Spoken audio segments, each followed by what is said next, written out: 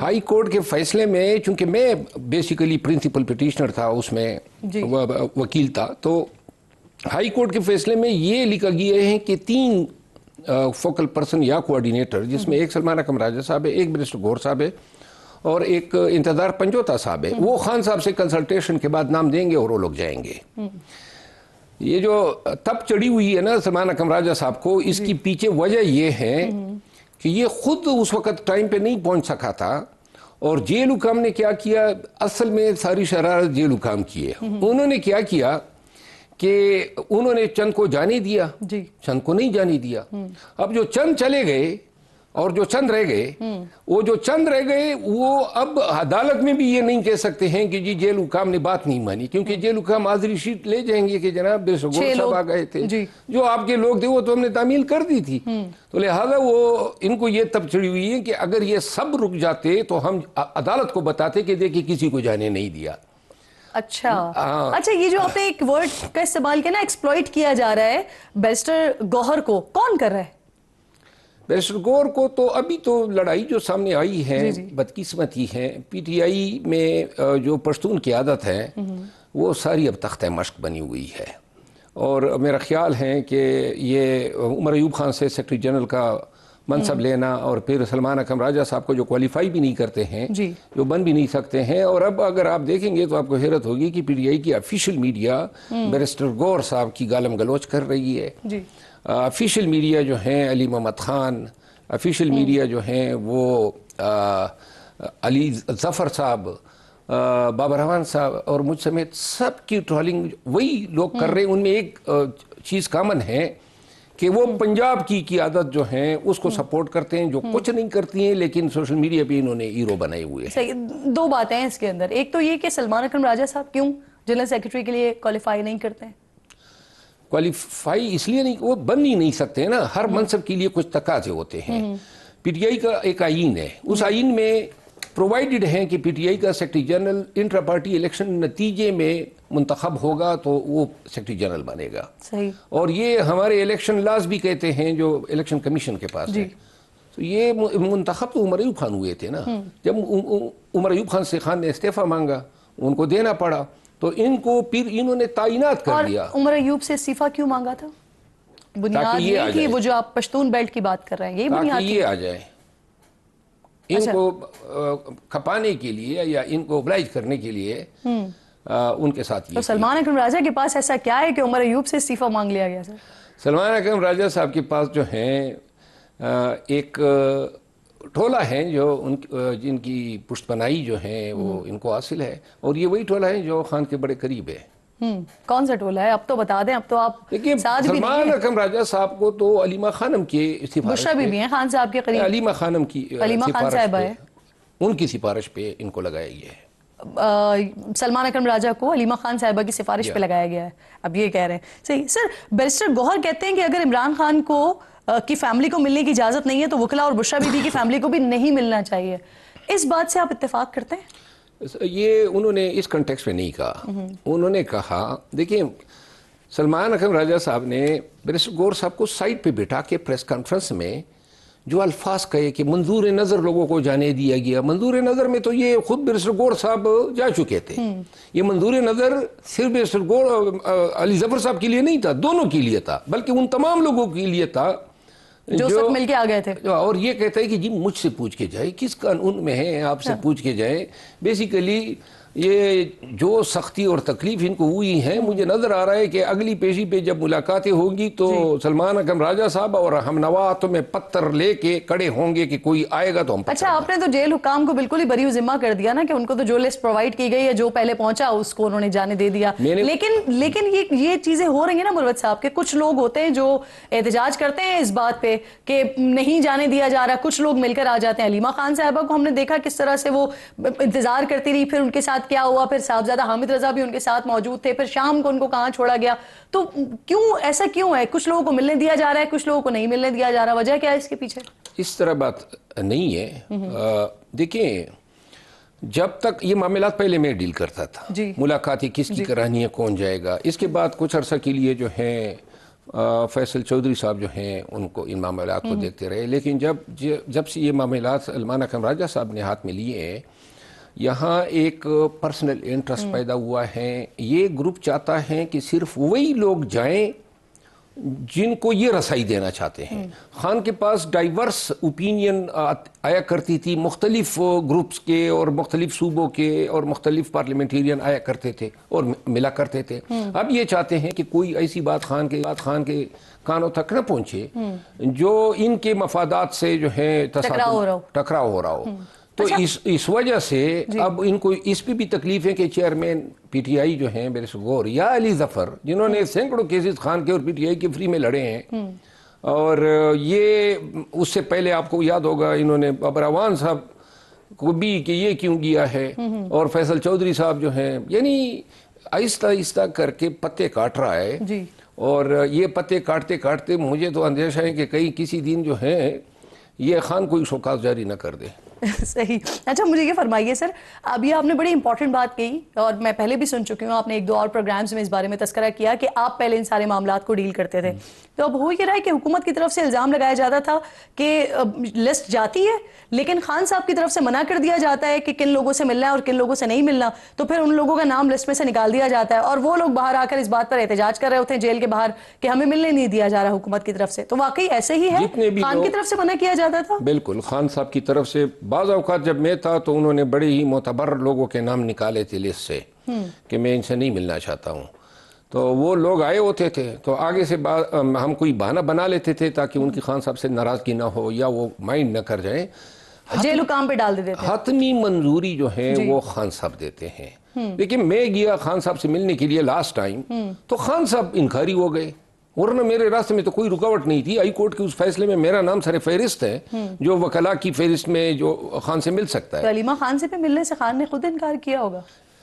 علیمہ خانم تو میرا خیال نہیں ہے کہ خان صاحب، البتہ کئی مواقع پہ خان صاحب نے جو ہے ہمیں اس حوالے سے انسٹرکشنز دی تھی ان کے سیاسی کردار کے حوالے سے یا پارٹی کے معاملات میں، لیکن میں نہیں سمجھتا ہوں کہ اس دن جو ہے خان صاحب کی انکار کی وجہ سے ان کو نہیں ملنے دیا گیا۔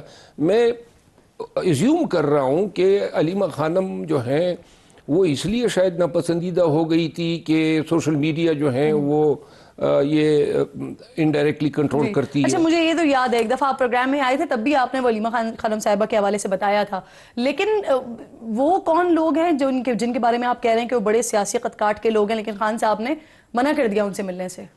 وہ تھے نا، میں ان کے نام نہیں بتانا چاہتا ہوں، معزز لوگ ہیں اور خان صاحب ان سے نہیں ملنا چاہیے، اسی لیے میں نے صرف ابھی پارٹی کا حصہ ہے؟ ہاں سب پارٹی کے حصے ہیں، لیکن یہ میں اس لیے میں نے بات کی کہ حتمی منظوری خان دیتا ہے۔ مطلب یہ خان اگر کہیں نا کہ بیرسٹر غور صاحب نہیں آئیں گے یا علی ظفر صاحب نہیں آئیں گے یا سلمان اکرم راجہ، تو پھر وہ نہیں جائیں گے، تو لہٰذا جو بھی جاتا ہے خان صاحب کی منظوری سے جاتا ہے۔ سلمان اکرم راجہ صاحب بھی اگر کوئی فہرست دیں گے تو وہ بھی پابند ہیں کہ خان کے انسٹرکشن کے تحت ان لوگوں کی فہرست دے گا جن کے ساتھ خان صاحب ملنا چاہتے ہیں۔ اچھا آپ کہہ رہے ہیں کہ ایسا بھی ہو سکتا ہے، آپ کو لگتا ہے بادی نظر میں کہ شاید سلمان اکرم راجہ صاحب خان صاحب کوئی ایک شو کاز کر دیں نا کہ آپ اس سے کیوں مل رہے ہیں اور اس سے کیوں نہیں مل رہے، لیکن کیا انہوں نے چیئرمین کو کہا نا کہ آپ کے خلاف انضباطی کارروائی ہوگی۔ جی تو مجھے یہ بتائیے کہ کیا ایسا بھی ہے، کچھ اس طرح کا بھی سننے میں آ رہا ہے اور کچھ عام تاثر اس طرح کا بنایا جا رہا ہے کہ شاید سلمان اکرم راجہ صاحب جا کر جب ملاقات کرتے ہیں تو یہ کہا جاتا ہے خان صاحب سے کہ جو بیرسٹر گوہر ہیں وہ پارٹی کو بہترین طریقے سے نہیں چلا پا رہے ہیں اور شاید ان کے لیے اسپیس کریٹ کی جا رہی ہے، ایسا کچھ ہے کیا؟ جی کئی مواقع پہ انہوں نے خان صاحب کے کان بیرسٹر گوہر صاحب کے خلاف بھرنے کی کوشش کی ہے۔ یہ پہلا واقعہ نہیں ہے، یہ بڑاس جو نکلی ہے یہ بیسیکلی تسلسل تھا، ان کے بہت سارے ایسے کام تھے۔ انہوں نے بیسیکلی پریکٹیکلی چیئرمین کے آفس کی اتھارٹی کو پریمپٹ کیا ہوا تھا۔ یہ سمجھتے ہیں کہ ہر چیز کی تعیناتی، تقرری یا ملاقاتیں یا پارٹی کے جتنے فیصلے ہیں وہ کہتے ہیں نا پنجابی میں کلے ہی کافی ہے، تو وہ کہتے ہیں میں اکیلا ہی کافی ہوں۔ تو بیرسٹر غور صاحب جو ہیں اس کی اتھارٹی بڑی روڈ ہوئی تھی، اور اس بیرسٹر غور بھی وکیل ہیں، وہ سمجھتے ہیں کیا چیز ود ان کمپیٹنس ہے، کیا چیز۔ آپ بڑی امپورٹنٹ بات کر رہے ہیں سر اور بڑا انکشاف کر رہے ہیں، یعنی آپ کی بات سے میں یہ سمجھوں آپ یہ کہہ رہے ہیں کہ سلمان اکرم راجہ صاحب پارٹی چیئرمین بننا چاہتے تھے اور اس کے لیے انہوں نے لابنگ بھی کی باقاعدہ؟ نہیں، میں یہ کہہ رہا ہوں کہ ان لوگوں نے چیئرمین کو ان کے اقدامات، احکامات، افعال، کردار گزشتہ 2.5-3 ماہ سے کچھ اس طرح کا تھا کہ ان کی ساری کوشش یہ تھی کہ یہ جو چیئرمین کا دفتر ہو وہ صرف ٹیٹولر ہیڈ ہو، برائے نام ہو، وہ ہر وہ کام خود کرے جو چیئرمین کرتا تھا. تو لہذا یہ گریونس تھا، اور انہوں نے کئی مواقع پہ خان صاحب کو، بیرسٹر گور صاحب کی شکایات بھی کی، نہ کہ صرف بیرسٹر گور صاحب کی. یہ جو ڈنکا بج رہا ہے منرل ایکٹ کا، جی، جس پہ انہوں نے باقاعدہ پروونشل گورنمنٹ کے اختیار کو چیلنج کر دیا سلمان اکرم راجہ صاحب نے کہ جی وہ جب تک ہم دیکھیں گے نہیں مسودہ. اور تو اسی طرح جو ہے ہر چیز میں وہ چاہتا ہے کہ پارٹی جو ہے. اب تو مشروط کر دیا نا سیاسی کمیٹی نے کہ عمران خان دیکھیں گے اور اس کے بعد پھر منظوری. ٹھیک ہے، اگر پولیٹیکل کمیٹی نے فیصلہ کیا ہے، لیکن بیسیکلی اس کے پیچھے بھی ایک محرک تھا. وہ یہ تھا کہ علی امین خان کو یہ جتانا چاہتے تھے کہ اگر ہم نہیں چاہیں گے تو آپ قانون سازی بھی نہیں کر سکتے. تو اس قانون کو رکوانے کے لیے سلمان اکرم راجہ ہے اس کے پیچھے، آپ یہ کہہ رہے ہیں؟ انہوں نے اعلان کہا ہے نا، انہوں نے باقاعدہ انٹرویو دیا ہے نا.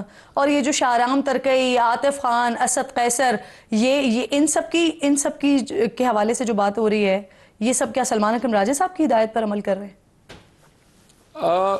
میں نہیں سمجھتا ہوں کہ ان کی ہدایت جو ہے ان کے لیے کوئی معنی رکھتی ہیں. البتہ چونکہ اختلافات ہیں ان کے اور علی امین خان کے مابین، جی، اور چونکہ علی امین خان بھی میرے خیال میں ناپسندیدہ ہیں ان تمام لوگوں کے لیے، تو لہٰذا وہ جو مفادات ہیں وہ ان کے ایک جیسے سامنے آ رہے ہیں، تو شاید ایک دوسرے کو پش کر رہے ہوں گے. بالخصوص جب جنید اکبر خان صدر بن گیا، جی، تو اس کے بعد جو ہے یہ ذرا ان کی لائن سمجھ آ سکتی ہے کہ ایک ہی قطار میں کھڑے ہیں. اگر سلمان اکرم راجہ صاحب کے لیے ناپسندیدہ ہیں علی امین گڈا پور، تو کیا ہم یہ سمجھیں کہ یہ علیمہ خان کے لیے بھی ناپسندیدہ ہے؟ وہ تو بارہا اظہار بھی کر چکی ہے. اچھا، علی امین گڈا پور کے حوالے سے.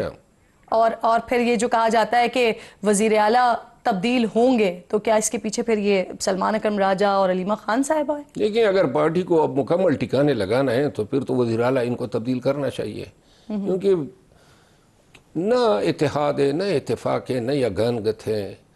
ساری چیزیں سفارشوں پہ ہو رہی ہے اور چینا جپٹی کا ماحول ہے. رہی صحیح کسر دیکھیں، ابھی انہوں نے ایک لسٹ دی تھی خان کو کہ جی یہ 14-15 مہینے دے ان کو نکال دو. تو جو چہرے ان کو پسند نہیں ہوتے ہیں نکال دو. اس طرح ہیں جیسے کوئی مارشل لا لگا ہو. چلے، مجھے تو وہ نام ویسے میرے سامنے بھی آیا تھا کہ کوئی منظور نظر نام بھی تھا، وزیر اعلیٰ کی کرسی کے لیے آ رہا تھا. میں نہیں بتاتی، آپ بتا دیں کس کا نام آ رہا تھا علی امین گڈا پور صاحب کو سائڈ کر کے. کہ علی امین گڈا پور صاحب کو پہ اگر کوئی وار کرے گا نا، پارٹی پہلے سے جو ہے منقسم ہے. ہم یہ جو رمضان میں انہوں نے لوگوں کو لارے لگایا تھا کہ جی عید کے بعد ہم احتجاج کریں گے، تحریک ہوگی، گرینڈ الائنس بنے گی، وہ ساری چیزیں جو ہیں وہ اب ان کا ذکر بھی نہیں ہوتا ہے. اپنے بیانیے جو ہیں ریپیٹ نہیں کرتے ہیں. وہ ایک وقت تھا نا کہ جی مینڈیٹ کی ریکوری، حقیقی آزادی، جمہوریت کی بالادستی، اور جناب آپ دیکھیں اپنے بیانیے تک چھوڑ دیے ہیں. وہ مجھے نام تو بتائیں پھر میں آگے بڑھتی ہوں نا. وہ کس کا نام آ رہا تھا سامنے؟ علی امین گڈا پور صاحب کا متبادل؟ نہیں، متبادل کو بھی متنازع بنا دیا ہے. نام کیا تھا وہ؟ ان پہ بھی کرپشن کے الزامات لگا دیے نا. نہیں، ایک وقت میں ان کا نام آیا تھا اسپیکر صاحب کا، جی، لیکن میرا خیال نہیں ہے. اسپیکر صاحب بڑے ڈیسنٹ آدمی ہیں، وہ اس طرح کی کمپٹیشن میں پڑھنا نہیں چاہیں گے. اچھا مروت صاحب، پہلے علی امین صاحب دعویٰ کرتے ہیں کہ خان صاحب نے عاطف خان، شاہرام ترکئی اور اسد قیصر کو ٹکٹ دینے سے منع کیا کیونکہ سازش کرتے ہیں. پھر آپ کا بھی دعویٰ، مجھے یاد ہے آپ کا دعویٰ سامنے آیا، آپ اس میں کہتے ہیں کہ کے پی مستقبل میں اختلافات سے بچنے کے لیے ان تینوں کو قومی اسمبلی میں بھیجا جائے. یہ آپ کے سامنے بات ہوئی تھی، خان صاحب نے کی تھی. لیکن اب اڈیالہ سے خان صاحب کا پیغام آیا، انہوں نے اسد قیصر ہو گئے، عاطف خان اور شاہرام ترکئی، ان کو سازشی تو نہیں کہا؟ نہیں، سازشی تو خان نے ان کو نہیں کہا ہے. دیکھیں، یہ علی امین خان کو جو پیغام، بیسیکلی یہ ساری پیغام رسانی جی بیرسٹر گور صاحب کے تھرو ہوتی تھی، اور میں اس وقت خان کا فوکل پرسن تھا. بہت ساری باتیں میرے سامنے ہوئی ہیں، بلکہ مجھے اسد قیصر صاحب کا گلہ آیا. اس نے کہا جی کہ ہمیں کیوں صوبائی سیٹوں سے محروم کیا گیا، تو ان کا گلہ میں نے خان کو پہنچایا تھا. جی، تو خان نے ایک وقت پہ ایک موقف دیا، لیکن جب بیرسٹر گور کو لے کے میں نے کنفرنٹ کیا. میں نے کہا جی یہ تو ایشو بنے گا. تو خان نے کہا نہیں یہ میرا فیصلہ ہے کیونکہ میں ان لوگوں کو اپنے ساتھ مرکز میں رکھنا چاہتا ہوں. صحیح. فارورڈ بلاک پہ کام ہو رہا ہے؟ میرا خیال ہے فارورڈ بلاک پہ کوئی کام نہ بھی کرے نا تو حالات ایسے نیج پہ جا رہے ہیں جہاں پہ پکا پکایا حلوہ ان کو ملے گا. اور آپ اس کا حصہ ہوں گے اس حلوے کا؟ نہیں میں حلوے کا حصہ نہیں ہوں گا. میں اصلاح کا حصہ ہوں گا, حق اور صداقت کا حصہ ہوں گا. میری جب تک اور وہ جو فارورڈ بلاک ہے وہ حق اور اصلاح والا ہوگا؟ نہیں وہ تو میرے خیال میں ان میں زیادہ تر وہ لوگ ہوں گے جن کو پارٹی خود نکالنے کے در پہ ہیں. کچھ ایسے بھی ہو سکتے ہیں جو کچھ پیسوں کی وجہ سے اپنا کشف جو ہے دکھا دیں. اچھا یہ خبریں آ رہی ہیں کہ خان صاحب نے مزاحمت کی سیاست کو ترک کر کے اب باقاعدہ مذاکرات کی طرف, بات چیت کی طرف جانے کی ہدایت کی ہے بیرسٹر گوہر صاحب کو اسٹیبلشمنٹ سے. یہ درست فیصلہ ہے اب آپ سمجھتے ہیں؟ دیکھیں میں نہیں سمجھتا ہوں یہ درست فیصلہ ہے. میں یہ ضرور سمجھتا ہوں کہ مذاکرات ہونے چاہیے سنجیدگی سے, لیکن اسٹیبلشمنٹ جو ہیں وہ سنجیدہ ہے ہی نہیں. وہ ان کی کوئی یعنی اسٹیبلشمنٹ تو 2.5 سالوں میں ہمیں مارا پیٹا, مینڈیٹ لیا, سب کچھ کیا. اس دن کے لیے کیا کہ ہم مذاکرات کریں تو یہ ہمیں واپس کر دیں یا خان کو چھوڑ دیں. یعنی ان کو کیا فائدہ ہوگا؟ میں سمجھتا ہوں کہ پاکستان تحریک انصاف کو اپنے اختلافات بلا کے اکٹھے ہو کے پہلے احتجاج کی طاقت کو جو ہے انہوں نے ابھارنا ہوگا, بنانا ہوگا. جب تک P T I come bargaining position میں نہیں آتی ہے, اسٹیبلشمنٹ جو ہیں ان کے ساتھ صرف کیونکہ سر آپ کی پارٹی کے اندر ہی سنجیدگی نہیں ہے تو پھر باقی دوسرے کیا سنجیدہ آپ لوگوں کے معاملات کو لیں گے؟ اب سنجیدگی جو ہیں کوئی دڑی کے حساب سے بکتی ہو تو ہم لے آئیں گے. صحیح, بہت بہت شکریہ. کل وہ جو اعلانات ہوئے ہیں کل اس پر عالمی کانفرنس کے حوالے سے اس پر میں نے بات کرنی ہے. بہت شکریہ آپ کا. ساتھ موجود ہے شیر افضل مروت صاحب. ذرا سنیے کانفرنس میں کیا باتیں کی ہیں علماء کرام نے, اس کے بعد پھر حافظ نعیم الرحمان ساتھ ہوتے ہیں, ان سے بات کرتے ہیں. جن مسلم ممالک نے اسرائیل کے ساتھ سفارتی و تجارتی تعلقات قائم کر رکھے ہیں وہ غیر مشروط جنگ بندی تک منقطع کریں. تمام مسلم حکومتوں پر جہاد فرض ہو چکا ہے جس کے نتیجے میں فلسطینیوں کی نصرت امت مسلمہ پر واجب ہو چکی ہے. قرآنی آیات, احادیث مبارکہ اور مسلمہ فقہی اصول اس پر شاہد عدل ہیں. عالم اسلام اور اس کی حکومتیں تماشائی بنی ہوئی ہیں, مذمتی بیانات جاری کر رہی ہیں. اب صرف زبانی مذمتوں سے ہم اپنے ذمہ داری سے عہدہ برا نہیں ہوتے. ساری اسلامی حکومتوں پر جہاد فرض ہو چکا ہے. قومی کانفرنس ہوئی ہے ناظرین. یہ پاکستان کے جید علماء کرام ہیں جو فلسطین کے حوالے سے اپنا موقف سامنے رکھ رہے تھے. حافظ نعیم الرحمان امیر جماعت اسلامی ہیں, پروگرام میں مجھے جوائن کر رہے ہیں. میں آپ کی بے حد شکر گزار ہوں حافظ صاحب. سب سے پہلے یہ فرمائیے سر, آج جماعت اسلامی نے لاہور میں فلسطینیوں کے حق میں ریلی نکالی, 2 دن بعد کراچی میں, پھر ملتان اور اسلام آباد میں بھی ریلیوں کا اعلان کر رکھا ہے. اس کے علاوہ بھی دیگر کئی جماعتیں ہیں جو احتجاج کر رہی ہیں. آپ سمجھتے ہیں کہ موجودہ حالات میں مظاہروں سے کوئی حل نکلے گا حافظ صاحب؟ دیکھیں اس میں 2-3 پہلو ہیں. پہلی بات تو یہ ہے کہ پہلے بھی جماعت اسلامی نے ہی انیشیٹ کیا تھا اور پاکستان کے عوام کو موبلائز کیا تھا, اور ہم اس کو اپنا ایک دینی فریضہ بھی سمجھتے ہیں اور پاکستان کے عوام کی طرف سے سمجھ لیں کہ جو غزہ اور فلسطین کے لوگ ہیں ان کے لیے ایک سولیڈیریٹی سمجھتے ہیں, اور یہ بہت ضروری ہے. دوسری بات یہ ہے کہ جب یہ جنگ بندی ہوئی اور پھر اس کے بعد اس کو اسرائیل نے ایک طرفہ طور پر توڑا اور پھر بہت بڑے پیمانے پر انہوں نے جینوسائیڈ کیا ہے, قتل عام کیا ہے, ہمارے بچوں کی جو جسم ہے فضا میں بکھر جاتے ہیں, تو آپ سوچیں کہ بالکل قبرستان جیسی خاموشی تھی پاکستان میں. کوئی بولنے کے لیے تیار نہیں تھا, نہ حکومت, نہ اپوزیشن, نہ کوئی جماعت. پھر ہم نے اللہ کا نام لیا اور پھر اس پر ایکٹیویٹی کی, مظاہرے شروع کیے اور پھر اناؤنس بھی کیا. یہ سب تو اللہ کا شکر ہے کہ اب اور دیگر مذہبی جماعتیں بھی اور دیگر جماعتیں بھی اس میں آ گئی ہیں اور اس کے نتیجے میں ایک مجموعی طور پر ایک مومنٹم بنا ہے.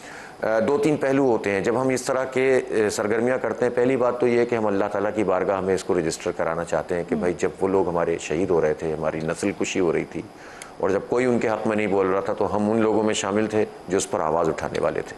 یہ سب سے بڑا ہمارا جو ہے وہ دل سے ایک داعیہ ہوتا ہے جس کی بنیاد پر یہ کام کرتے ہیں. دوسری بات یہ ہے کہ عوامی جد و جہد کا پریشر ہوتا ہے.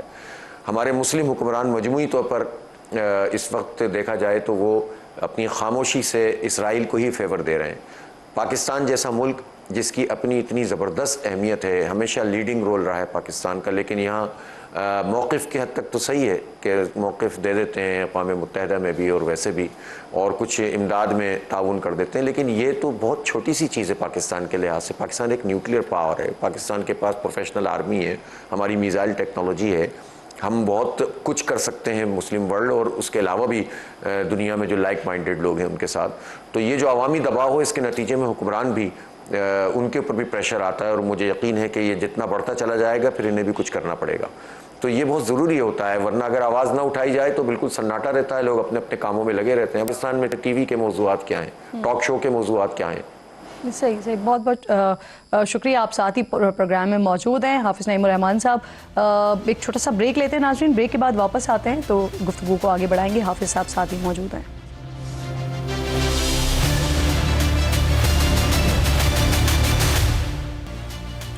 پروگرام میں ایک بار پھر آپ کو خوش آمدید کہوں گی. حافظ نعیم الرحمان صاحب میرے ساتھ موجود ہیں.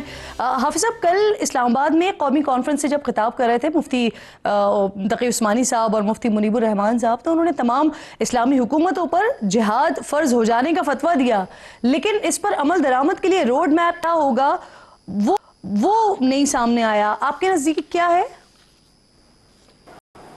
دیکھیں, یہ بہت اہم بات ہے. یہ بیسیکلی اتحاد العالم اسلامی جو بڑے بڑے علماء کرام کی تحریک ہے, تنظیم ہے, جو عالم عرب میں بھی ایگزسٹ کرتے ہیں, انہوں نے بنیادی طور پر یہ فتویٰ دیا تھا کہ ان حالات میں تمام اسلامی ریاستوں کے اوپر یہ جہاد فرض ہو گیا ہے کہ وہ جائیں اور مسلمانوں کو بچائیں جو کچھ غزہ میں ہو رہا ہے. تو اسی کو پھر ہم نے بھی اپنے علماء کرام سے یہی, آپ کو یاد ہوگا میں نے 2-3 دن پہلے پریس کانفرنس کی تھی, تو اس میں یہی گزارش کی تھی علماء کرام سے کہ یہ سامنے آئیں اور اس فتوے کی روشنی میں ایک جو ہے وہ رہنمائی فرمائیں, فتویٰ دیں. تو کل یہ بہت اچھا ہوا کہ وہاں تمام مکاتب فکر کے علماء کرام تھے, تو وہاں اس پر خاصی گفتگو ہی اور اس کا روڈ میپ بھی دیا. اس میں انہوں نے ان ممالک سے کہ جنہوں نے اسرائیل سے تو تسلیم نہیں کیا, جیسے پاکستان, ان کے لیے تو بہت واضح لائن ہے کہ اس کو تسلیم کرنا بھی نہیں ہے اور ایسی کسی کوشش کو روکنا عوامی سطح پر فرض ہے. اور حکومت کی سطح پر یہ کام حکومتوں کا ہے کہ وہ اس کے لیے کوئی اسٹریٹجی بنائیں. ظاہر ہے کہ جب ہم نے یہ بات کہی علماء کرام نے کہ جہاد فرض ہو گیا ہے, تو اس کا مطلب یہ ہے کہ اب ہماری حکومت اس کے اوپر اپنی افواج سے بھی بات کرے, اور دنیا میں جتنے کم از کم مسلم ممالک ہیں ان سے بات کریں, اور افواج کا بھی کم از کم میں یہ اپنی رائے رکھتا ہوں اور میں ہر فورم پہ دیتا رہا ہوں کہ اگر پاکستان یہ انیشیٹو لے لے کہ مسلم ممالک, لائک مائنڈڈ ممالک اور افواج ہر مسلم ملک کی, ان کی سربراہی کانفرنس بلا لے, تو یہ صرف یہ اقدام جو ہے نا اسرائیل کو بیک فٹ پہ لے آنے پہ مجبور کر دے گا, اور پھر وہاں سے ایک مضبوط موقف سامنے آئے اور اس کے بعد روڈ میپ بنے. تو میں سمجھتا ہوں کہ علماء کرام کا یہ کام نہیں ہوتا کہ وہ جو ہے وہ فوجیں آگے اتاریں, ان کا کام ہوتا ہے رہنمائی کرنا. انہوں نے ایک بات کہی ہے, میرا خیال حکومت کو اس کو سیریس لینا چاہیے. صرف ان علماء کرام کا مطالبہ نہیں ہے, یہ پاکستان کے بچے کا مطالبہ, پوری امت مسلمہ کے 1 ارب 90 کروڑ انسان اسی طرح سوچتے ہیں. تو یہ جو مسلم ریاستوں میں فلسطینی مسلمانوں کے لیے کوئی نیٹو طرز کا اتحاد بن سکتا ہے پھر؟ بالکل بن سکتا ہے, کیوں نہیں بن سکتا. بننا چاہیے تھا, بن چکا ہوتا تو آج اتنی ہماری قتل عام نہ ہوتا. یعنی ایک راستہ تو بہت پہلے روکا جا سکتا تھا, اور یہ صرف اس وقت نہیں, آج سے اگر 50 سال پہلے اگر اس کے اوپر کام کیا جاتا, 30 سال پہلے کام کیا جاتا, تو آج یہ حالات ہوتے ہی نہیں. دیکھیں اسرائیل کیا کر رہا ہے. اسرائیل کو تو شکست ہو گئی ہے عملاً, 7 اکتوبر کو ہی وہ ہار چکا ہے. القسام بریگیڈ اور حماس نے تو اس کو عسکری میدان میں تو شکست دے دی, ٹیکنالوجی کے میدان میں بھی شکست دے دی. وہ تو اب بچوں کو مار رہا ہے, عورتوں کو مار رہا ہے, وہ تو جینوسائیڈ کر رہا ہے. وہ لڑ تو نہیں رہا ہے, وہ تو جب لڑنے کے لیے آگے آتے ہیں تو 0 ڈسٹینس سے ان کے ٹینک اڑا دیتے ہیں مجاہدین. یہ اتنا بڑی طاقت ہے ان کی کہ 1 اور 1 کروڑ کا تناسب ہے ٹیکنالوجی میں, لیکن ایمان کے اور یہ جو ان کا جذبہ ہے استقامت کا, اس سے وہ اسرائیل کو شکست دے دیتے ہیں. لیکن اسرائیل کو یہ طاقت ملتی ہے امریکہ سے, اسرائیل کو یہ طاقت ملتی ہے مسلم جو ممالک ہیں ان کی بے حسی سے, کہ وہ پھر بمباری کرتے ہیں, طیاروں سے بمباری کرتے ہیں, میزائل پھینکتے ہیں, فاسفورس بم پھینکتے ہیں, اور ایسے بم کے جس سے پوری باڈیز اٹھ جاتی ہیں اور وہ گر جاتی ہیں. آپ سوچیں کیا تباہی ہے. تقریباً پورا غزہ انہوں نے ملیم میٹ کر دیا. تو اسرائیل کو یہ طاقت اسرائیل سے نہیں ملی ہوئی, امریکہ سے ملی ہوئی ہے. اور ہمارے ہاں پرابلم یہ ہے کہ پاکستان میں تو خاص طور پر اور پوری دنیا میں امریکہ کی آشیرواد کے لیے مسلم حکمران اس کے خلاف کچھ بولتے نہیں ہیں. اور حکمران تو حکمران ہے, یہاں تو اپوزیشن بھی امریکہ کے غلام ہے. آپ پاکستان میں مجھے بتائیں نا کون سی جماعت ہے جو امریکہ کی مذمت کرتی ہے اس پہ کہ تم نیتن یاہو کو اپنی بغل میں بٹھا کر دہشت گردی کا لائسنس دیتے ہو, انہیں اسلحہ فراہم کر رہے ہو, انہیں بم فراہم کر رہے ہو, انہیں پیسے فراہم کر رہے ہو کہ وہ ہمارا نسل کشی کریں. لیکن کوئی سیاسی جماعت پاکستان میں آپ مجھے بتا دیں حکومت میں اور اپوزیشن میں وہ بولنے کے لیے تیار نہیں ہے. یعنی مذاکرات چل رہے ہیں, اسٹیبلشمنٹ سے مذاکرات چل رہے ہیں, حکومت سے مذاکرات چل رہے ہیں, باقی باتوں میں خطوط, لیکن امریکہ کی مذمت نہیں چلے گی.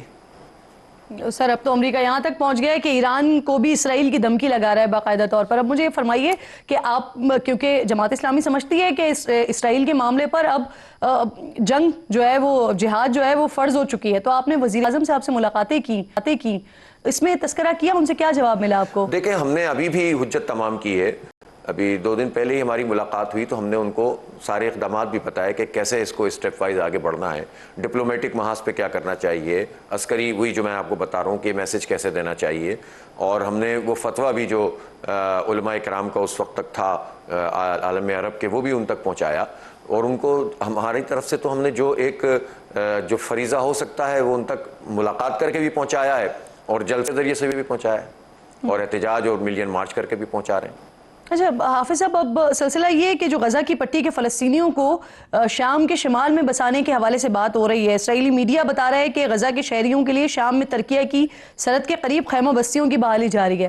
تو یہ خیمہ بستیاں جنگ کے دوران شام کے شمالی سرحدی علاقے میں قائم کی گئی تھی. کیا یہ ٹرمپ منصوبے کا آغاز ہو سکتا ہے؟ وہ دیکھیں ٹرمپ نے تو کہا کہ غزہ کو پوری طرح سے خالی کر دیا جائے, اور یہ تو ایک ریئل اسٹیٹ کے لیے بہترین جگہ, یعنی اتنا مضحکہ خیز اور مقبوط الحواس قسم کا شخص ہے, اس طرح کی باتیں کرتا ہے, اور پوری طرح سے وہ فیور دے رہا ہے نیتن یاہو کو کہ جتنا چاہو جینوسائیڈ کرو, جتنی چاہو نسل کشی کرو.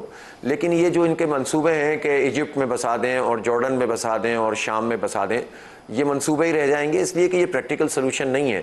خود یہ ممالک کیا یہ افورڈ کر سکتے ہیں کہ یہ 23-24 لاکھ لوگ اس طرح سے ان کو گھروں سے بے گھر کر دیا جائے؟ اور بات صرف غزہ کی تو نہیں ہے نا, اس وقت بھی تقریباً 1 لاکھ سے زائد لوگوں کو ویسٹ بینک سے بھی گھروں سے بے گھر کر دیا گیا ہے. تو اسرائیل تو یہ چاہتا ہے کہ سب کو ہی نکال دے, اور اسرائیل تو یہ چاہتا ہے کہ بالآخر یہ جو پورا بلاد الشام ہے ان سب کے اوپر قبضہ کرے, اس کا تو اپنا گریٹر اسرائیل کا خواب ہے.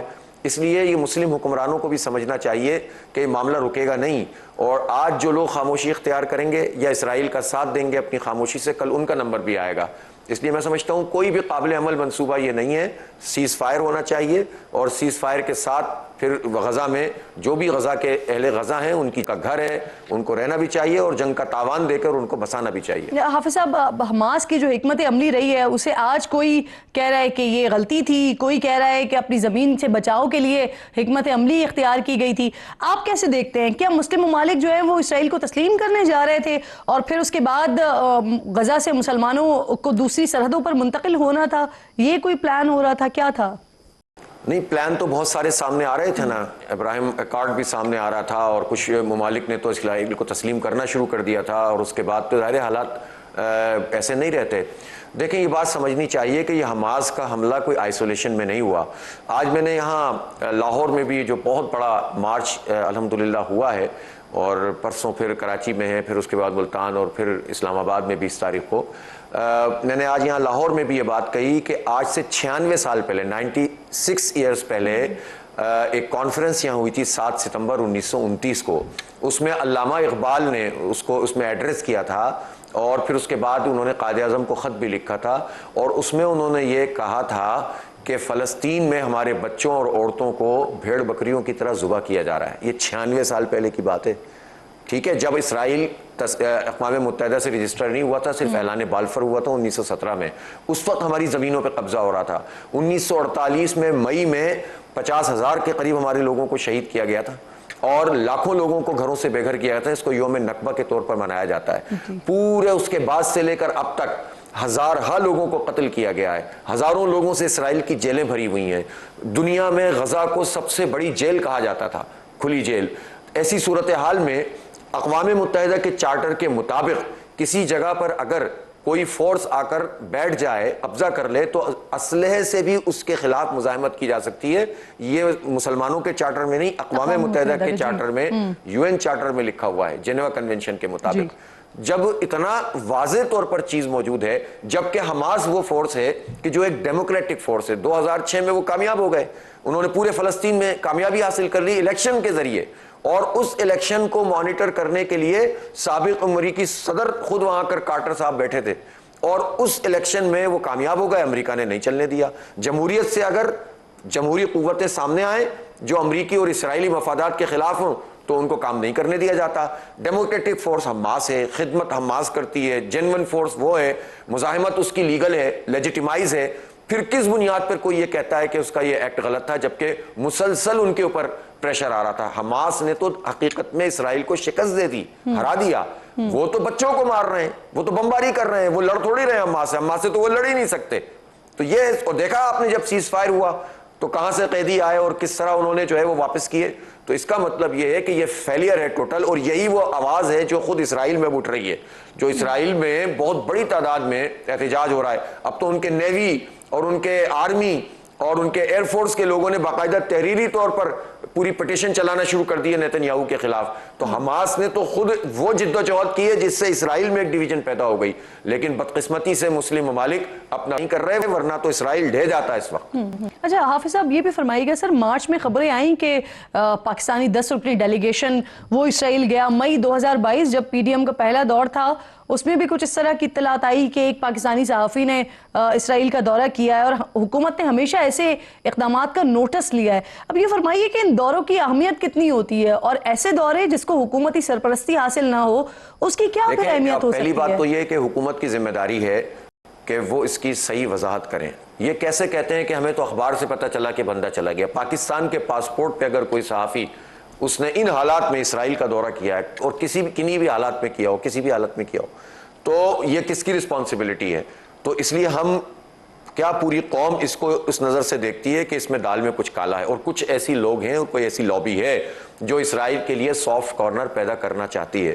وہ الگ بات ہے کہ پاکستان کا یہ کنسنسس ہے، یہ قائد اعظم سے لے کر، قائد اعظم نے اس کو مغرب کا اور استعمار کا ناجائز بچہ کہا تھا، اور لیاقت علی خان نے تو امریکہ جب وہ گئے اور وہاں پر ان کو کانگریس سے خطاب کا موقع ملا تو آخر میں اسپیکر کانگریس نے یہ کہا کہ میں کنکلوڈنگ ریمارکس میں کہ اب ہم یہ چاہتے ہیں کہ چونکہ اسرائیل بن گیا ہے اور پاکستان اور اسرائیل کا تو بہت فاصلہ بھی ہے، کوئی لینا دینا بھی نہیں ہے، آپ اسرائیل کو تسلیم کر لیں تو امریکہ آپ کو یہ مراد دے گا اور پاکستان ایک نیا ملک تو ڈیولپ ہو جائے گا.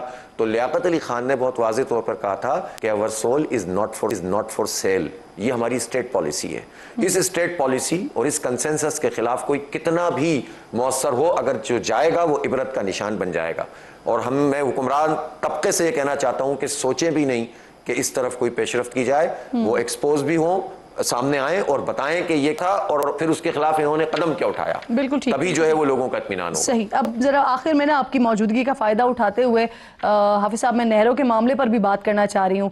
آپ کا کیا موقف ہے اس پر؟ کیونکہ پاکستان مسلم لیگ نون کے رہنما کہہ رہے ہیں کہ پاکستان پیپلز پارٹی جو ہے نا وہ مجبوری میں اس کی مخالفت کر رہی ہے، ورنہ انہیں اس منصوبے سے کوئی ایشو نہیں ہے. یہ بات تو شاید مسلم لیگ والوں کی صحیح ہوگی کہ پیپلز پارٹی نے تو اوریجنلی اس منصوبے کو فیور کیا تھا. اب چونکہ پبلک پریشر آیا ہے سندھ میں تو اس کے نتیجے میں وہ اس کے خلاف بات کریں. ہمارا موقف اس میں یہ ہے کہ کونسل آف کامن انٹرسٹ ہے نا، پاکستان کا ایک آئینی ادارہ ہے، اور اس کی میٹنگ بلائیے اور کنسنسس پیدا کیجئے، اور پھر پہلے ماہرین کا کنسنسس پیدا کیجئے، پھر صوبوں کے عوام کو اعتماد دیجئے. اگر صوبہ سندھ یہ کہتا ہے کہ ہمارا پانی کمپرومائز ہوگا تو پہلی بات تو یہ ہے کہ ماضی کی کچھ تلخ یادیں ہیں نا پاکستان میں، کہ بتایا ہی جاتا ہے کہ جب تربیلا ڈیم بنا تب بھی یہ بات ہوئی اور منگلا کے موقع پہ بھی یہی بات ہوئی، لیکن آج بھی منگلا اور تربیلا کے متاثرین کو وہ پراپر کمپنسیشن نہیں ملی. تو جس کے نتیجے میں لوگ کہتے ہیں کہ یہ باتیں تو کرتے ہیں لیکن بعد میں عمل نہیں کرتے. پانی کمپرومائز کیا جانے لگا. اب اگر یہ کہتے ہیں تو پھر اس کی یقین دہانی کرائیں نا، ٹیکنیکلی بتائیں کہ کس طرح سے یہ ہوگا. پھر دوسری بات یہ ہے کہ ایک بے آباد جگہ کو آباد کرنے کے لیے آپ نہریں بنا رہے ہیں، یہ پانی جائے گا کہاں سے؟ خود پنجاب کا پانی بھی کمپرومائز ہوگا نا. تو خود یہ جو جنوبی پنجاب کے جو آخر میں ہیڈ سلیمان کے پہلے کے ہمارے اضلاع ہیں، بہاول نگر ہے اور بہاولپور ہے، ان سب اضلاع کے لوگ بھی احتجاج کر رہے ہیں کہ بھائی آپ آباد جگہ کو بے آباد کر کے دوسری بے آباد جگہ کو آباد کرنا چاہتے ہیں. تو یہ وہ ساری چیزیں ہیں جس پر ہمیں کنسنسس چاہیے.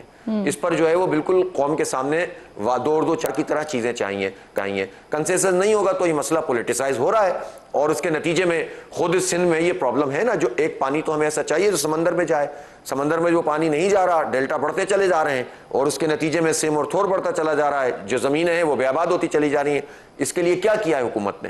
اس کے لیے خود پیپلز پارٹی نے کیا کیا؟ پیپلز پارٹی تو یہ بھی نہیں کر سکی کہ جو پانی انٹر ہو رہا ہے سندھ میں اس کو وہ ڈیجیٹائز کر سکے, دیکھ سکے, مانیٹر کر سکے کہ کتنا پانی آ رہا ہے. اتنے نالائقوں کا ٹولہ ہے یہ جو سندھ کے اوپر براجمان ہے, اور یہ سب ایک ہی ہیں. یہ B T M P D M ہے, بلکہ مولانا نے تو ابھی کل ہی تو کہا ہے کہ پی ڈی ایم بھی ابھی تک برقرار ہے, پی ڈی ایم کا صدر بھی برقرار ہے, اور پی ڈی ایم صدر اپوزیشن میں ہے اور باقی لوگ حکومت میں ہیں. وہ الگ بات ہے کہ جب 26ویں ترمیم کرنی ہو تو صدر بھی ایک ہی جگہ پر آ کر کھڑے ہو جاتے ہیں, لیکن یہ جو قوم کے ساتھ مذاق ہو رہا ہے یہ درست نہیں ہے. صحیح. بہت بہت شکریہ آپ کا, بہت شکریہ. حافظ نعیم الرحمان صاحب پروگرام میں ساتھ موجود تھے, غزہ فلسطین کے معاملے پر بات کر رہے تھے. اس کے علاوہ کچھ سیاسی معاملات بھی ان سے ڈسکس ہو رہے تھے. بلال اظہر کیانی صاحب وزیر مملکت ہیں برائے ریلویز, پروگرام میں مجھے جوائن کر رہے ہیں. میں آپ کی بہت شکر گزار ہوں. اس سے پہلے کہ سر میں سیاسی معاملات کی طرف بڑھوں, میں ذرا فلسطین اور غزہ کے معاملے پر ہی بات کرنا چاہتی ہوں آپ سے. کل جو قومی کانفرنس ہوئی, جید علماء کرام پاکستان کے, انہوں نے نہ صرف اسلامی حکومتوں پر جہاد کو فرض قرار دیا بلکہ ساتھ ساتھ انہوں نے مطالبہ بھی کیا ہے عملی میدان میں نکلنے کے لیے. حکومت کیسے دیکھ رہی ہے اس مطالبے کو؟ بسم اللہ الرحمن الرحیم. دیکھیے جی, ہر پاکستانی شہری کا اور پاکستانی حکومت کا بھی فلسطینی ہمارے بہن بھائیوں کے ساتھ دل دھڑکتا ہے, اور جو ان کے اوپر ظلم ان کے ساتھ ہو رہا ہے اس پہ ہم ان کے ساتھ کھڑے ہیں اور ان کے لیے آواز اٹھاتے رہے ہیں اور رہیں گے, اور جو بھی ہم آواز اٹھا سکتے ہیں اور جو مدد ان کی کر سکتے ہیں وہ کرتے رہیں گے. اسی طرح اپنے ہمارے یقیناً جو کشمیر میں بہن بھائی ہیں جن کے اوپر ظلم ہو رہے ہیں, تو اسرائیل جو ظلم کر رہا ہے اس کے خلاف تو ہم آواز بھی اٹھا رہے ہیں, اور بین الاقوامی سطح پر بھی جو کردار ہم ادا کر سکتے ہیں اسے بڑھ چڑھ کے کر رہے ہیں. اسی طرح ہم اپنا کردار ادا کرتے رہیں گے. یقیناً وہاں پر جو ایک جینوسائیڈ ہو رہا ہے بالکل جو ایک پیلسٹائن کا, ہم اس میں اپنے بہنوں بھائیوں کے ساتھ کھڑے ہیں, اور انشاءاللہ یہ جنگ میں اپنا ایک کردار پاکستان کی عوام بھی اور پاکستان کی حکومت بھی ادا کرتی رہے گی, تاکہ جو ظلم ڈھائے جا رہے ہیں فلسطینی بہنوں بھائیوں پر وہ رکیں بھی, اور ان کو انصاف بھی ملے, اور ان کا وہاں پہ باعزت طریقے سے اور انصاف کے سر کرنے کا جو ان کا بنیادی حق ہے وہ ان کو حاصل ہو. بالکل ٹھیک, بالکل ٹھیک. اب ذرا کچھ سیاسی معاملات کی طرف آ جاتے ہیں. کچھ دنوں سے اسٹیبلشمنٹ کے حوالے سے بات ہو رہی ہے. تحریک انصاف جو ہے وہ چاہتی ہے اسٹیبلشمنٹ سے بات کر لی جائے, معاملات کو بہتری کی طرف لایا جائے. کچھ صحافی ہیں, سینئر صحافی ہیں پاکستان کے, وہ بھی مختلف چیزیں لکھ رہے ہیں کہ عمران خان صاحب کے کچھ کاروباری دوست آئے, ان کی بھی ملاقات ہو گئی, کچھ ڈاکٹرز کی بھی ملاقات ہو گئی, اور وہ بھی معاملات کو بہتر کرنے کے لیے اعلیٰ شخصیات سے بھی مل رہے ہیں. تو یہ جو ساری باتیں ہو رہی ہیں اس پر آپ لوگ, حکومت لوپ میں ہے, اور اگر آپ لوپ میں ہے تو جو کچھ ہو رہا ہے اس پر آپ کو کوئی تحفظات اور کوئی اعتراض نہیں ہے؟ جی دیکھیے, بات یہ ہے کہ اعظم سواتی صاحب کی جو ویڈیو آئی ہے سامنے, اس کا کل خلاصہ اس حوالے سے وہ ریلیونٹ ہے. اس کا کل خلاصہ یہ تھا کہ اعظم سواتی صاحب کو بانی چیئرمین یا پی ٹی آئی انہوں نے یہ کہا کہ جناب میرے این آر او کے لیے اور میری چھٹکارے کے لیے اس سزا سے اور جیل سے آپ دروازہ کھٹکھٹائیں اور میرے لیے کوئی بیساکھی ڈھونڈیں جس طرح کی پہلے مجھے ملی تھی.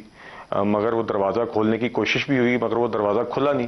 تو آج بھی اس طرح کی باتیں کر کے, اس طرح کی خواہشات کا اظہار کر کے وہ اسی طرح مس انفارمیشن ڈس انفارمیشن پھیلا رہے ہیں. وہ چلیں, وہ کرتے رہیں جی. بنیادی بات یہ ہے کہ پھر سے وہ بیساکھی کی تلاش میں, وہ بیساکھی ان کو نہیں مل رہی, اور جو جرائم جن کے وہ مرتکب ہیں اس کی سزا نہیں ہوگی, چاہے وہ عوام کے 190 ملین پاؤنڈ ہوں جو ایک کسی شخص کی جیب میں ڈال دیے انہوں نے, یا وہ توشہ خانہ کے کیس ہو, یا وہ 9 مئی کے جرائم ہوں. تو ان جرائم سے تو ان کی جان نہیں بچے گی جی. باقی ہم یہ سمجھتے ہیں کہ پی ٹی آئی کو ان چیزوں سے ہٹ کے اپنی ذات، اپنی رہائیاں، اپنی باتوں سے ہٹ کے اپوزیشن میں قومی ایشوز کے اوپر ایک کردار ادا کرنا چاہیے، اپنی توجہ اس طرف مرکوز کریں، اور خیبر پختونخوا میں جو ان کی حکومت ہے اس پہ وہ اپنی توجہ دیں، تاکہ جو ان کی ذمہ داری ہے وہاں پہ عوام کی طرف اس کو وہ نبھائیں۔ اس میں ہم ان کو ویلکم کریں گے، مگر بدقسمتی سے ہم دیکھ رہے ہیں کہ پی ٹی آئی کی ساری سیاست اپنی ذات، اپنی رہائیاں ان تک ہے، اور ان کی نچلی بھی جو سطح ہے وہ بھی آپ دیکھ رہے ہیں، ان کی لڑائیاں یہی ہیں کہ ایک دوسرے کے اوپر کیچڑ اچھالنا، ایک دوسرے کو کرپٹ کہنا، اور لڑائیاں کرنا ایک دوسرے کے ساتھ کہ تم جیل میں کیوں ملنے چلے گئے اور میں کیوں نہیں جا سکا، اور جو جا رہا ہے اس کو بھی روکو اور مجھے جانا چاہیے۔ میں نے بنیادی سوال آپ سے یہ کیا تھا، امریکی وفد کا پاکستان آنا، خان صاحب سے جیل میں ملاقاتیں کرنا، پھر عام شخصیات سے ملاقاتیں کرنا، یہ سب ہے حکومت کے علم میں؟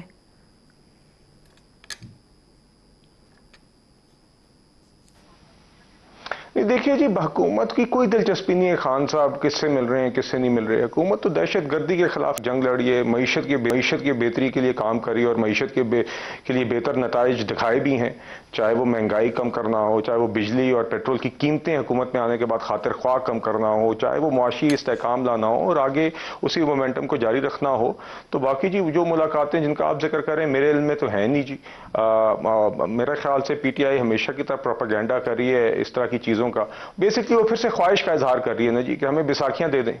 پہلے کبھی یہ بیساکھیاں مانگتے ہیں، پھر یہ بیساکھیاں نہیں ملتی تو بدماشی پہ باقاعدہ اترنے کی کوشش کرتے ہیں، عوام ریاست پر حملے کرتے ہیں، جوانوں پر حملے کرتے ہیں، اسلام آباد پر چڑھائی کرتے ہیں، جب وہ فیل ہو جاتی ہے پھر سے بیساکھیوں کی تلاش شروع ہو جاتی ہے۔ تو وہ یہ دیکھیے یہ تو ان کا ایک سائیکل چلتا آ رہا ہے۔ تو اب ہم تو جی ہماری حکومت کا فوکس تو قومی ایشوز پر ہے، یہ نہیں کہ خان صاحب کی کس سے ملاقاتیں ہو رہی ہے کس سے نہیں ہو رہی۔ ہم اپنا کام جاری رکھیں گے اور امید کریں گے کہ یہ بھی ہوش کا ناخن لیں اور جو ان کی وفاق میں اور ذمہ داری ہے وہ نبھانا شروع کریں، بجائے اس کے بیساکھیوں کی تلاش میں مستقل رہیں۔ اچھا بلال صاحب، پاکستان کے بڑے سیاستدان نواز شریف صاحب کو مشورہ دے رہے تھے کہ بلوچستان کے معاملے پر وہ آگے بڑھیں، پھر ڈاکٹر عبدالقادر مالک بلوچ سے جب ملاقات ہوئی تو انہوں نے باقاعدہ اظہار بھی کیا اس بات کا کہ وہ بلوچستان کا دورہ بھی کریں گے اور مسائل حل کرنے کی طرف بھی ان کا ارادہ ہے، لیکن اختر مینگل صاحب کہہ رہے ہیں کہ میاں صاحب آ کے کریں گے کیا، ان کے ہاتھ میں تو کچھ بھی نہیں ہے، کوئی اختیار نہیں ہے۔ جی دیکھیے بات یہ ہے کہ نواز شریف صاحب بھی جب وزیر اعظم تھے 2013 سے 18 کے دور میں تو بلوچستان کو ترقی بھی ملی تھی اور امن بھی ملا تھا، اور ایک اس وقت مستقل حل پہ بھی ہم قریب پہنچ گئے تھے، اور اسی بات کا اعتراف جو ہے وہ نیشنل پارٹی کے ڈیلیگیشن نے بھی کیا جب وہ نواز شریف صاحب کو ملنے چند روز قبل آئے، اور انہوں نے اسی چیز کا اظہار کیا کہ نواز شریف صاحب اس قد کاٹ کے اور اس سینیورٹی کے اور اس تجربے کے اور اس ٹریک ریکارڈ کے سیاسی مدبر اور کردار ہیں جو کہ یہ کردار ادا کر سکتے ہیں اس میں۔ تو نواز شریف صاحب نے کہا جی میں ہمیشہ جمہوریت کے لیے اور بلوچستان میں امن اور ترقی کے لیے اپنا کردار ادا کرنے کو تیار ہوں۔ تو اس لیے مینگل صاحب کا سوال چلیں ان کا حق ہے وہ سوال کریں، مگر نواز شریف صاحب کو کسی کے سوال کا جواب دینے کی اس طرح ضرورت نہیں ہے کہ وہ یہاں پہ آ کر کیا کریں گے۔ نواز شریف صاحب نے پہلے بھی کر کے دکھایا ہے، اور پاکستان میں چاہے وہ بلوچستان ہو یا پورا ملک ہو اس میں رد الفظاظ اور ضرب عضب جیسے آپریشنز کے لیے بھی قومی ایک کنسنسس بنایا اور ان کو لیڈ بھی کیا، اور پھر بلوچستان میں بھی پولیٹیکل اور ڈیولپمنٹل اور سیکیورٹی ایشوز کے اندر انہوں نے اپنا کردار ادا کیا۔ تو آگے بھی وہ انشاءاللہ کریں گے، اور انشاءاللہ ہم امید کرتے ہیں کہ دہشت گردوں کے خلاف بھی سنگل مائنڈڈ طریقے سے حکومت جنگ لڑے گی، اور جہاں پر پولیٹیکل کنسلٹیشن کی ضرورت ہے جن چیزوں کا پولیٹیکل اور سیاسی حل ہوتا ہے اس پہ بھی ہم انشاءاللہ بات کریں گے۔ باقی مینگل صاحب میرے نزدیک تو جی بہتر ہوگا کہ وہ جہاں پر بیٹھے ہوئے لانگ مارچ ہیں، ہم نے تو پہلے بھی کہا تھا جو بات آپ نے کرنی ہے بہتر ہوگا کہ آپ قومی اسمبلی میں کریں، اور دوسرا بہتر ہوگا کہ جو پلیٹ فارم وہاں پہ جو ان کا ہے جدھر وہ ابھی یہ ہو رہا ہے تو اس پلیٹ فارم کو ریاست کے خلاف تقاریر کے لیے نہ استعمال ہونے دیں۔ باقی جو بھی گریونسز ہیں، جو بھی بلوچستان کی گریونسز ہیں جو کہ اس کے لیے یقیناً ریاست کا ایک ماں کا کردار ہے، اور ریاست وہ کردار اپنا ادا کرے گی، مگر ہرگز بھی اس طرح کی گریونسز grievances کو لنک نہیں کیا جا سکتا دہشت گردی کے ساتھ، اور ہمیں دہشت گردی کو کنڈیم کرنا ہوگا اور سنگل مائنڈڈ طریقے قومی اسمبلی سے بھی رابطے کے حوالے سے بلال صاحب خبریں آ رہی تھیں، تو کیا کوشش ہو رہی ہے کہ وزیر اعظم سے بھی ملاقات یا رابطے کرنے کی اور پھر اس مسئلے کا حل نکالا جائے بلوچستان والے؟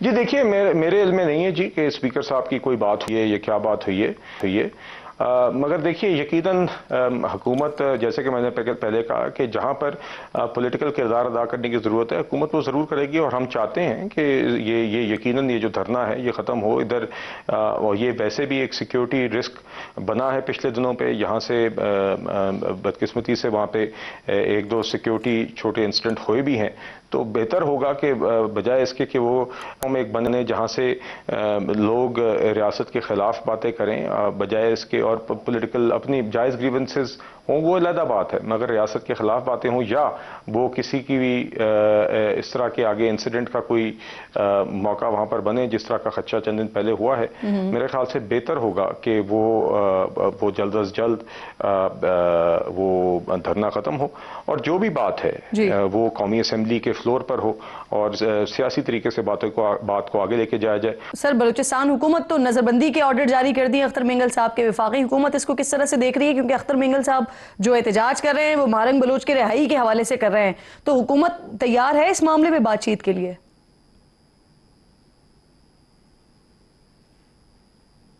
جی دیکھیے، میرا خیال ہے جی وہ تو قانون کو اپنا رستہ اختیار کرنا چاہیے۔